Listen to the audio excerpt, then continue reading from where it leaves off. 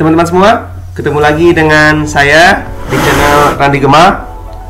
Pada kesempatan kali ini, saya akan menjelaskan bagaimana caranya membuat garis melengkung di CorelDRAW X7. Namun biarpun teman-teman punya seri CorelDRAW yang lain, itu tidak ada masalah. Ya, kalau teman-teman punya CorelDRAW-nya X8, X9 atau ke atasnya, ataupun yang seri di bawah dari X7, misalnya X6, X5, X4 dan ke bawahnya, tidak ada masalah sama sekali, karena secara umum fungsi dari toolnya ini tidak berbeda jauh. Kita langsung saja untuk membuat garis melengkung ya, cara membuat garis melengkung pada bidang lingkaran. Pertama, silakan buat lingkaran dulu.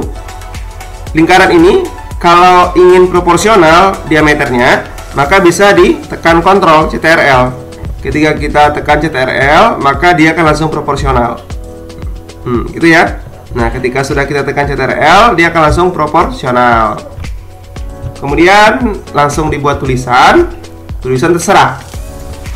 Ini untuk sampel, kita buat saja garis melengkung ya, garis melengkung CorelDRAW. Ini contoh ya, teman-teman bisa sesuaikan nanti dengan kebutuhannya, garis melengkung CorelDRAW.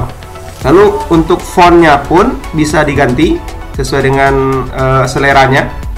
Ya, kalau saya pakai yang standar saja dulu, Arial dikasih bold. Kemudian untuk membuat garis ini melengkung mengikuti media lingkaran, kita ambil di teks. Ini teks ya, teksnya diklik, kemudian ambil fit text to path. Ya, pertama tadi teks, kemudian fit text to path, diklik saja. Nah, kalau sudah diarahkan kursor ke media lingkarannya, dia akan mengikuti media tersebut. Nah, ini ya. Nah, tinggal sesuaikan kebutuhan, mau posisikan di mana tulisannya. Nah, ambil contoh di sini ya. Oke, kalau sudah posisinya pas, tinggal diklik. Ya. Lalu bisa disesuaikan ya, tingginya, lebarnya bisa disesuaikan. Nah, contoh. Tulisan ini pun kalau kita mau edit, mau ganti bisa. Tinggal lagi ambil bagian tekstur, bisa kita ganti. Nah, kita mau ganti bagian yang mana? Contoh saja ya, kita ganti ini menjadi tulisan oke.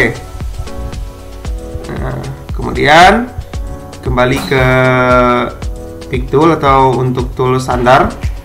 Lalu biar tulisan ini dia stabil, tidak berubah-ubah, kita matikan fungsinya dengan klik kanan lalu convert to curve. Kalau ini sudah kita ambil, maka posisinya sudah stabil ya. Tunggu lagi. Namun resikonya tulisan sudah mati, tidak bisa diedit lagi, tidak bisa diganti lagi. Dia sudah menjadi bentuk shape, bentuk bidang. Lalu kita buat juga lah untuk lengkungan bagian bawah. Kita buat juga tulisan untuk bagian bawah. Sampel saja ya. Nah, saya kembali pakai Arial yang di boldkan. Nah, polanya sama caranya. Kembali ambil di teks, lalu fit text to path, sama ya.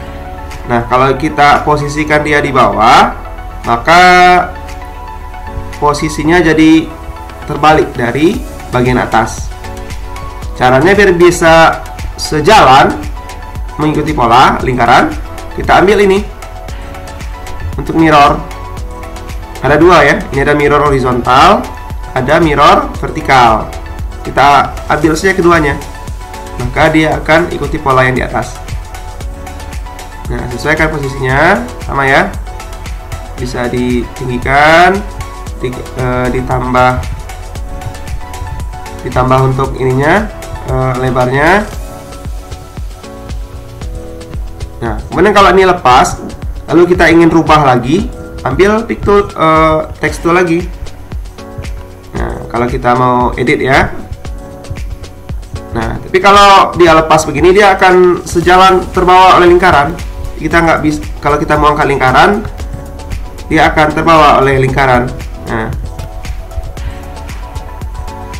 jadi kalau kita mau ganti tulisan harus diambil text tool dulu. Nah, ya, baru bisa kita edit. Kemudian kalau dirasa sudah oke, dimatikan dengan klik kanan, lalu ambil convert to curve. Nah, selesai ya, gampang. Ya, ini masih bisa kita kreasikan. Misalnya dengan menambahkan lingkaran bagian dalam. Ini dengan cara copy paste ya. Dengan cara copy paste. Bisa kita kasih juga tulisan di bagian dalamnya. Mungkin teman-teman masih ingat kan ya? Masih ingat ya cara memotong bagian tengah, cara motong objek, memotong bagian tengah.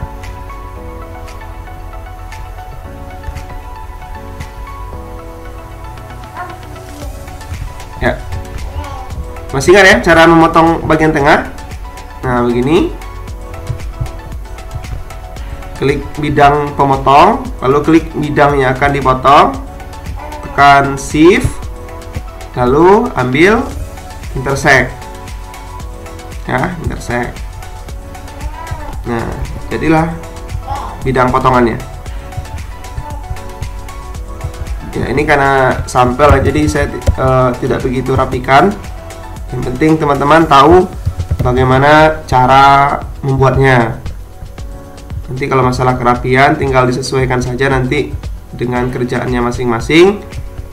Ya, yang penting kita tahu dulu polanya, tahu dulu caranya. Ketika fungsi masing-masing tool sudah kita ketahui, maka untuk berkreasi untuk lebih mudah. Nah, beginilah kira-kira bentuknya. Semoga kita bisa gunakan, bisa kita aplikasikan. Semoga bermanfaat. Salam Randi Gema.